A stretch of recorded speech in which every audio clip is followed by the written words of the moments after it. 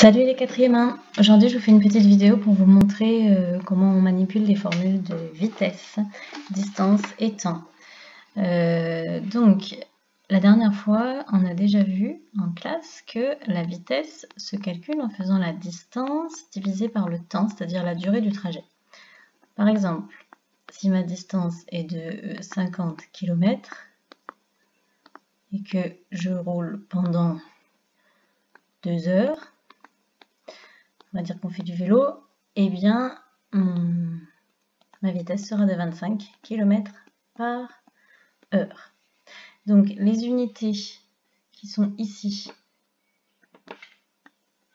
de distance et de temps vont donner l'unité de la vitesse. Ça, c'est une première formule à connaître par cœur, vitesse égale distance divisé par temps. Maintenant, à partir de cette formule, découlent deux autres formules qu'on obtient un peu comme on avait fait dans Thalès, en faisant des produits en croix. Donc, si je repars de cette formule, V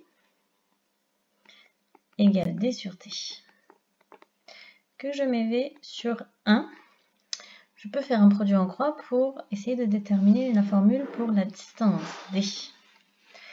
Comment je vais faire ça? Eh bien, simplement, donc, je récupère le produit en croix, D fois 1, qui va être égal à V fois T. Donc D fois 1 égale V fois T. On voit bien que le fois 1 ne sert à rien, donc je peux le gommer.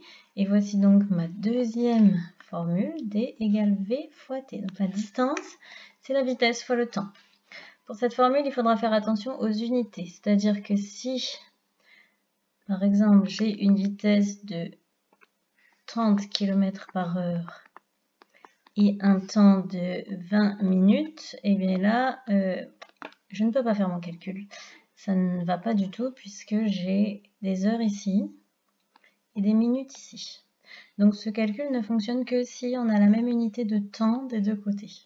Donc par exemple, 30 km par heure, je sais que 20 minutes c'est le tiers d'une heure, parce qu'il y a 60 minutes dans une heure, donc fois un tiers d'heure, et du coup ici ma distance, 30 fois un tiers ça fait 10, sera de 10 km.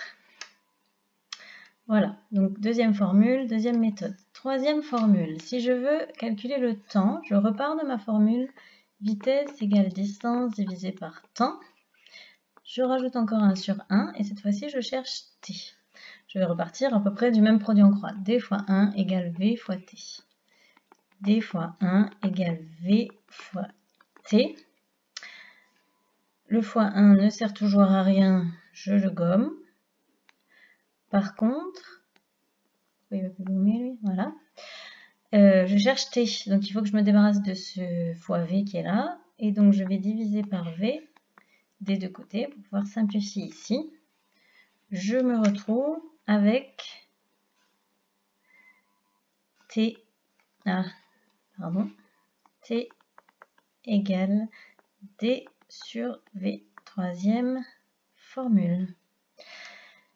Comme tout à l'heure, la formule dont j'ai besoin, comme celle pour la distance, ici, D et V, pardon, le truc est parti, je ne sais pas où, je vais vous le refaire sur une autre page, ça va être mieux, ça va être plus propre.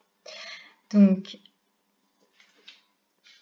j'ai T égale D sur V. Comme tout à l'heure, si je veux le temps, par exemple, en minutes, il faut que dans la distance, que les unités de distance et de vitesse soient les mêmes pour les distances. Je m'explique. Ici, par exemple, si j'ai 30 mètres et une vitesse qui est de 50 mètres, je vais mettre 60, ce sera plus facile à calculer, par seconde, et bien ici je peux calculer parce que j'ai la même unité, mètre, mètre, donc j'obtiens 30 divisé par 60, ça fait 0,5, 0,5 secondes. Il me reste que les secondes qui sont là. Si je n'ai pas la même unité ici et ici, je ne peux pas faire mon calcul. Voilà, et bien je vais vous mettre des exercices à faire là-dessus, et sur ce, à bientôt.